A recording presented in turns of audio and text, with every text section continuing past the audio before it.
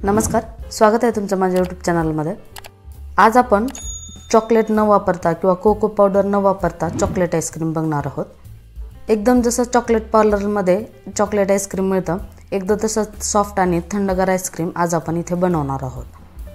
चला तर मग सिक्रेट रेसिपीला सुरुवात करूया। आज आपण हे चॉकलेट आईस्क्रीम हाइड अँड सीकच्या बिस्किटापासून बनवणार आहोत। असेच मी हाइड अँड सीकचे 2 पॅकेट घेतले आहेत। या एका हाइड अँड सीकच्या बिस्किटच्या पॅकेटमध्ये जवळजवळ 18 बिस्किट असतात, तर इथे मी 36 बिस्किट घेतली आहेत। आता हे आपण एका बाउलमध्ये काढून घेऊया। या बिस्किटांमध्ये अगोदरच चॉकलेटचा फ्लेवर असतो, त्यामुळे इथे चॉकलेट किंवा कोको पावडर अजिबात वापरायची गरज लागणार नाही। असंच आता दुसरा पॅकेट सुद्धा फोडून घेऊयात आणि सर्व बिस्किट आपण या बाउलमध्ये काढून घेऊया। त्यानंतर आता हे सर्व बिस्किट आपण फोडून घ्यायचे आहेत। जास्त बारीक करायची गरज नाही आहे, थोडं एका बिस्किटाचे 3 ते 4 तुकडे झाले तरी सुद्धा चालेल। हे आईस्क्रीम बनवण्यासाठी आपण गॅसचा अजिबात वापर करणार नाही आहोत। चला तर मग सर्व बिस्किट फोडून झाले आहेत। आता हे आपण एका मिक्सरच्या भांड्यात काढून घेऊया। इथे आपण मिक्सरचं मोठं भांडच घेणार आहोत, म्हणजे आपल्याला ही प्रोसेस दोनदा करायची गरज लागणार नाही। आता यामध्ये मी 4 ते 5 चमचे साखर घालणार आहे। तुम्ही पाहू शकता हे नॉर्मल साखर आहे, पिठी साखर वगैरे घ्यायची अजिबात गरज नाही आहे। आता याचं झाकण लावून आपण हे छान बारीक वाटून घ्यायचं आहे। मी हे 1 ते 2 मिनिटं बारीक वाटून घेतले। तुम्ही पाहू शकता सर्व बिस्किटाचा बारीक चुरा झालाय। यामध्ये बिस्किटाचे मोठे तुकडे अजिबात राहता कामा नये। हे बिस्किट छान बारीक वाटले गेले पाहिजेत, तुम्ही पाहू शकता।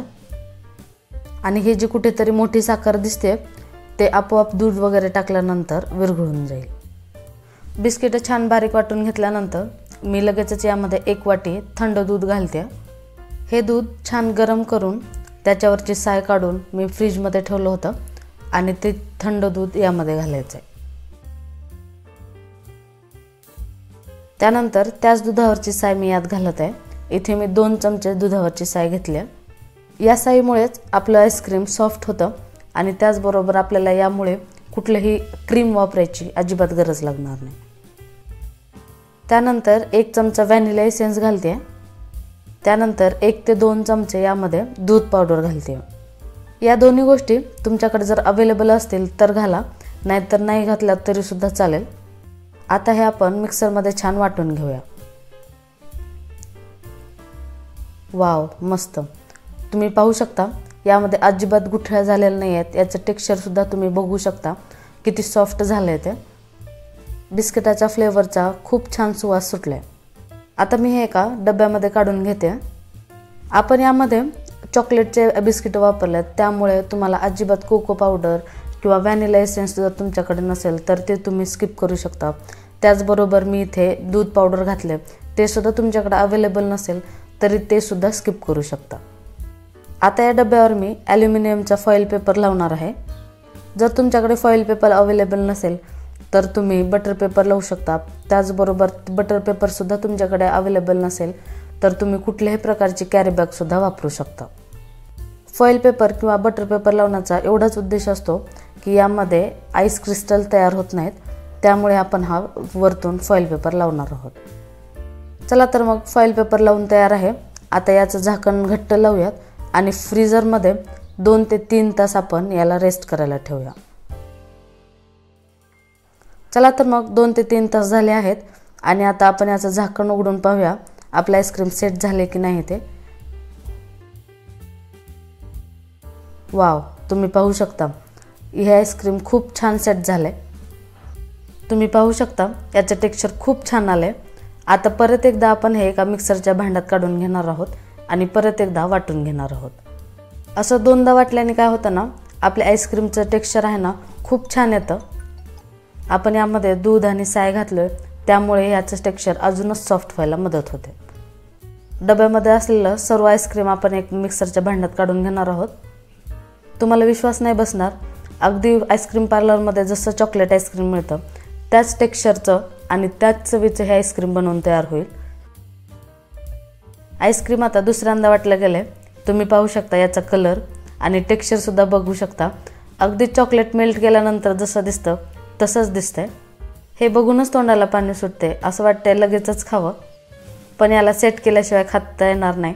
त्यामुळे त्याच डब्यामध्ये परत एकदा हे आईस्क्रीम काढून घ्यायचं आहे।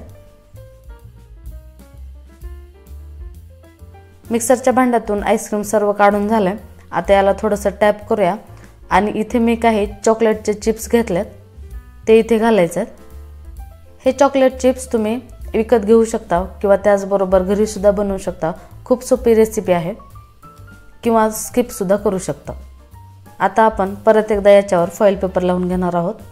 ही चॉकलेट आईस्क्रीमची रेसिपी खूप सोपी आहे, याला काही तरबेज असण्याची गरज लागत नाही। खूप छान टेस्ट येते आणि तुम्ही जर पहिल्यांदा जरी आईस्क्रीम बनवत असाल तर तुम्हाला हे परफेक्ट जमेल। फॉईल पेपर छान लावून झाले। आता यावर झाकण लावून आपण फ्रीजरमध्ये हे आईस्क्रीम 12 तासासाठी ठेवणार आहोत किंवा हे रात्रभर ठेवलात तरी सुद्धा चालेल।